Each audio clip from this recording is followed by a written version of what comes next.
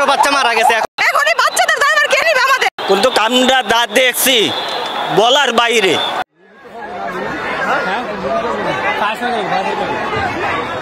দুপুর 1টা, কিছু না বোঝার আগেই নিয়ন্ত্রণ হারিয়ে উত্তরার মাইলস্টোন স্কুলে আছড়ে পড়ে একটি প্রশিক্ষণরত বিমান। তখন ছুটি হয়েছে অনেকের, আবার অনেকেই ছিলেন স্কুলের মধ্যে।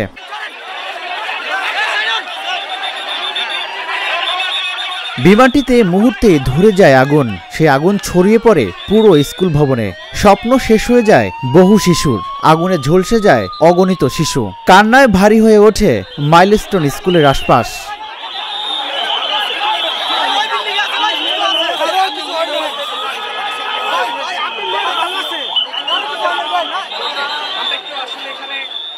শুরু হয় সেনাবাহিনী, ফায়ার সার্ভিস ও সাধারণ শিক্ষার্থীদের উদ্ধার কাজ। তবে আগুনের লেলিহান বেশি থাকায় আশপাশে যেতে পারেনি উদ্ধার কর্মীরা। তবুও তাদের লড়াই চলে অনেকটা সময়।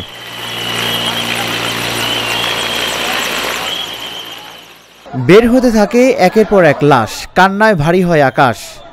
অনেক প্রশংসা, অনেক অনেক দোয়া করি সবাই যেন ভালো থাকে, যেগুলো আহত হয়েছে এগুলো যেন ভালো থাকে। দায়ভার কে নেবে এগুলার? কে?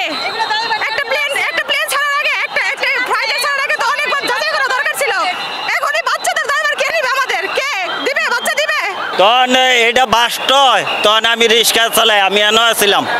এনতে 4 জন লোক লইয়া গেছে ইয়াত বাংলাদেশ মেডিকেল নিয়ে গিয়া মনে হতে মানে চাবড়াটি উদালি মাংসটি দেয়া গেছে, আর কিছু দেওয়া যায় নাই।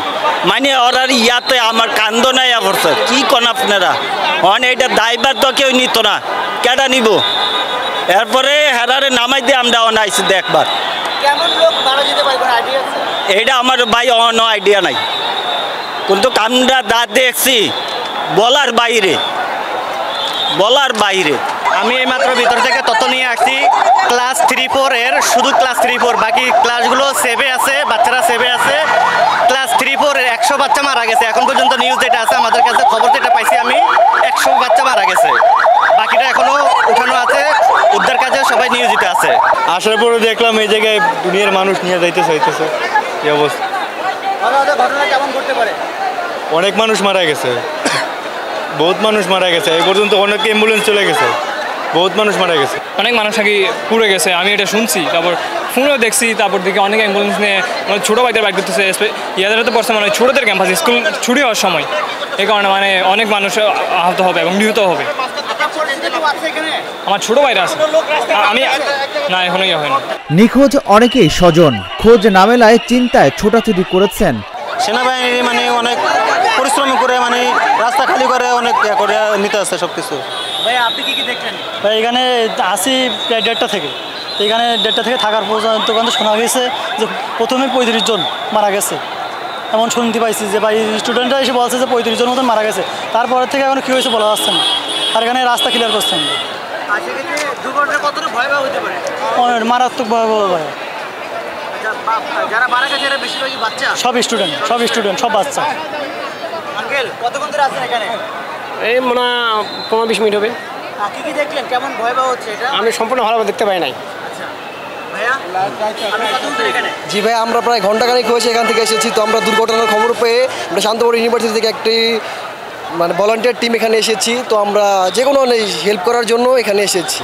তো এসার পর আমরা কোনো কাজ পাচ্ছি না, তো রাস্তা ক্লিয়ার করার দায়িত্বটা আমরা পালন করছি। জি, আমার এক আর কি বড় ভাই, ওনার বাসা এখানে। তো ওনার ছেলে এখানে পড়তো নার্সারিতে। তো উনি সুস্থ আছে, মানে হালকা আহত হয়েছে আর কি বিল্ডিংয়ের টুকরাটা গিয়ে আছে। আমার ফ্রেন্ডরা আছে আর কি ভিতরে, অনেক টেনশন হচ্ছে। এই জন্য তো এখানে এসে দাঁড়ানো 2 ঘন্টা, বুঝেন নাই? মানে শুনেছি যে অনেক বাচ্চা মারা যেতে পারে। হ্যাঁ গেছে, শিওর এটা। আর সেক্ষেত্রে দুর্ঘটনাটা মানে কেমন দেখছেন? এটা কতটা ভয়াবহ হিসাবে দেখছেন? ভয়াবহ এটা তার বর্ণনা করার যোগ্য না। অনেকই। আপনার পরিচিত কেউ আছে এখানে? হ্যাঁ আছে, আমার ফ্রেন্ডের মেয়েরা আছে, ছোট বাচ্চা আছে। আমার বান্ধবীর ছোট মেয়ে আছে ক্লাস 5-এ, যেখানে এটা হয়েছে ওখানে। আমরা সাধারণ ভলেন্টিয়ার হিসেবে আমরা শান্তবাড়িয়াম স্টুডেন্টরা এসেছি, কারণ এখানে উৎসুক জনতার অনেক ভিড়। প্রথমে লোকবল কম ছিল, তাই আমরা নিজ নিজ জায়গা থেকে যতটুকু সম্ভব সহায়তার জন্য এগিয়ে এসেছি। সাধারণ মানুষের হিসাবে নিহত সংখ্যা অনেক। তবে ফায়ার সার্ভিস গণমাধ্যমকে জানিয়েছে নিহত হয়েছে 19 জন আর আহতের সংখ্যা 50-এর অধিক।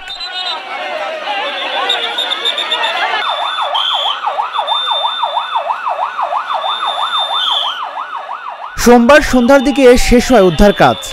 এক এক করে সবগুলো লাশ নেওয়া হয় মর্গে, আর আহতদের চিকিৎসার জন্য নেওয়া হয় জাতীয় বার্ন ইউনিট সহ বেশ কয়েকটি হাসপাতালে। রাজিবুল ইসলাম, ঢাকা জার্নাল, ঢাকা।